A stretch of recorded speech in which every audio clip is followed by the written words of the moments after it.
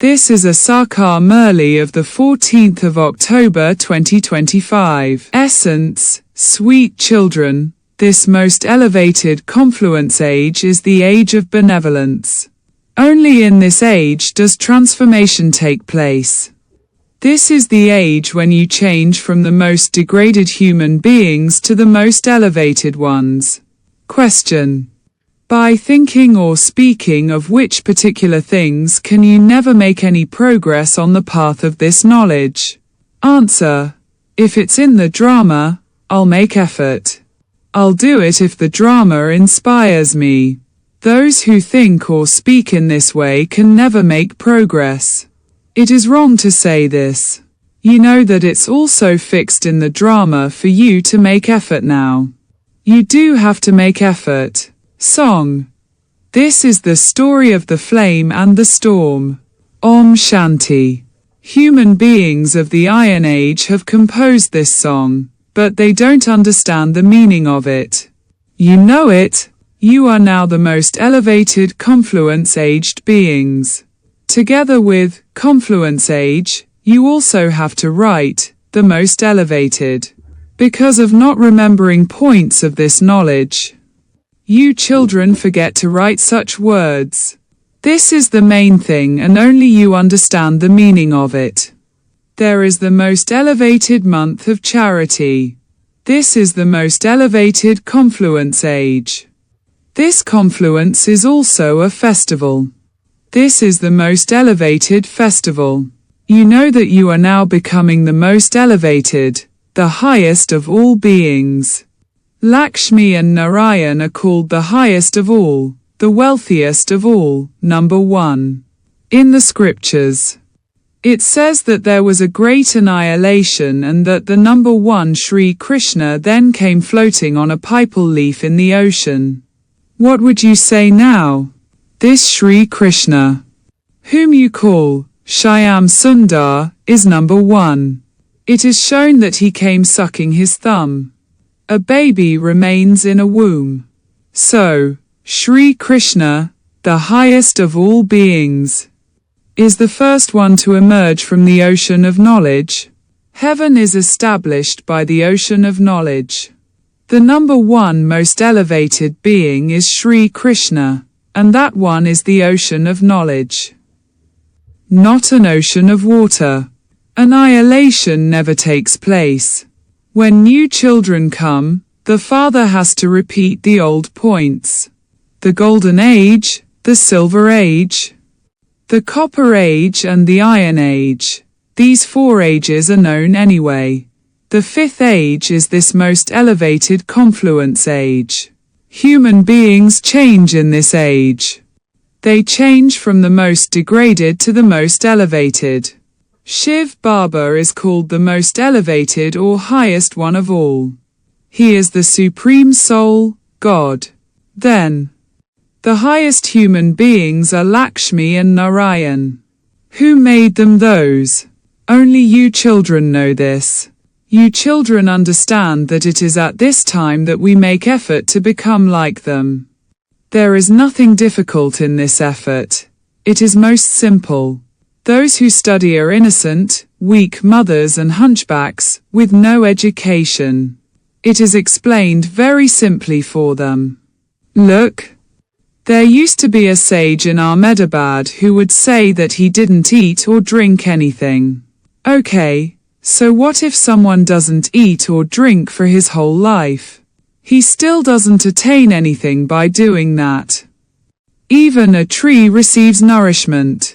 It receives fertilizer and water which make it grow in a natural way. The sage must have received some occult power. There are many who walk on water and fire. What benefit is there in doing that?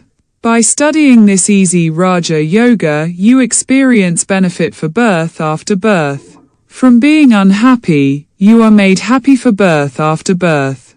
The father says, "Children, according to the drama, I am telling you deep things. For instance, Baba has explained to you how they have confused Shiva with Shankar. Shankar doesn't even have a part to play in this world. Shiva, Brahma and Vishnu have parts to play. Brahma and Vishnu have an all-round part. Shivbaba only has a part at this time. And this is why he comes now and gives this knowledge. He then goes back to the land of Nirvana. He gives the children all of his property and he then goes into the stage of retirement. To be in the stage of retirement means to make effort to go beyond sound through a guru. However, no one can return home yet, because everyone is vicious and corrupt. Everyone takes birth through vice. Lakshmi and Narayan are viceless. They don't take birth through sin. This is why they are called elevated. Kumaris too are viceless. This is why everyone bows to them. So, Baba has explained that Shankar doesn't have a part to play here. However, Prajapita Brahma is definitely the father of people. Shivbaba is called the father of souls. He is the eternal father. You have to imbibe these deep aspects very well. Great philosophers receive great titles. Scholars receive the title of Shri Shri 108. They pass in the college at Benares and receive those titles. Baba sent Guptaji to Benares to explain to them that they had taken the father's title for themselves. The father is called Shri Shri 108 Jagadguru. There is a rosary of 108. 8 jewels have been remembered. They passed with honors, that is why their rosary is turned. Then the 108 who are less elevated than them are worshipped. When people hold a sacrificial fire, they make 1,000 salagrams. Some make 10,000, some 50,000 and some even 100,000. They make them of clay and then hold a sacrificial fire. If a businessman is very prosperous, he would have 100,000 salagrams made. The father has explained that the rosary is very long. There is even a rosary of 16,108. The father sits here and explains these things to you children. All of you are serving Bharat with the father. Since the father is worshipped, even the children should be worshipped. People don't know why Rudra is worshipped. All are the children of Shivbaba. At this time, the world population is so large. All souls are Shivbaba's children, but not all are his helpers. The more you remember him at this time, the more elevated you become worthy of worship. No one else has the power to explain these things. This is why they say that no one knows the depths of God. The Father himself comes and explains that he is called the ocean of knowledge. Therefore, he definitely does give this knowledge. There is no question of inspiration. Does God explain through inspiration? You know that he has the knowledge of the beginning, the middle, and the end of the world. He tells this to you children. You do have faith in this, but, in spite of having faith, you forget the Father. Remembrance of the Father is the essence of this study. It does takes effort to attain the Karmatit stage by having remembrance of the Father. It is in this remembrance that Maya causes obstacles. There are not that many obstacles in studying. They say of Shankar that when he opened his eye, destruction took place. It isn't right to say this. The Father says, neither do I inspire destruction nor does Shankar carry out destruction. That is wrong. Deities would not commit sin. Shivbaba now sits here and explains these things. This body is the chariot of this soul. Each soul is riding in his own chariot. The Father says, I take this one's chariot on loan. This is why my birth is said to be divine and unique. The cycle of 84 births is now in your intellects. You know that you will go home and then go to heaven. Baba explains everything very easily. You mustn't have heart failure. Some say, Baba, I am not educated. Nothing comes out of my mouth. However, it isn't like that. The mouth definitely works. Even when you eat, your mouth works. It is impossible for no sound to emerge. Baba has explained everything very simply. Even when someone is observing silence, he can still signal upwards to remember that one. Only the one bestower is the remover of sorrow and the bestower of happiness. As well as now, he is also the bestower on the path of devotion. Then, in the stage of retirement, there is just peace. You children also reside in the land of peace. You continue to play your parts that are recorded in you. Our parts now are to make the world new.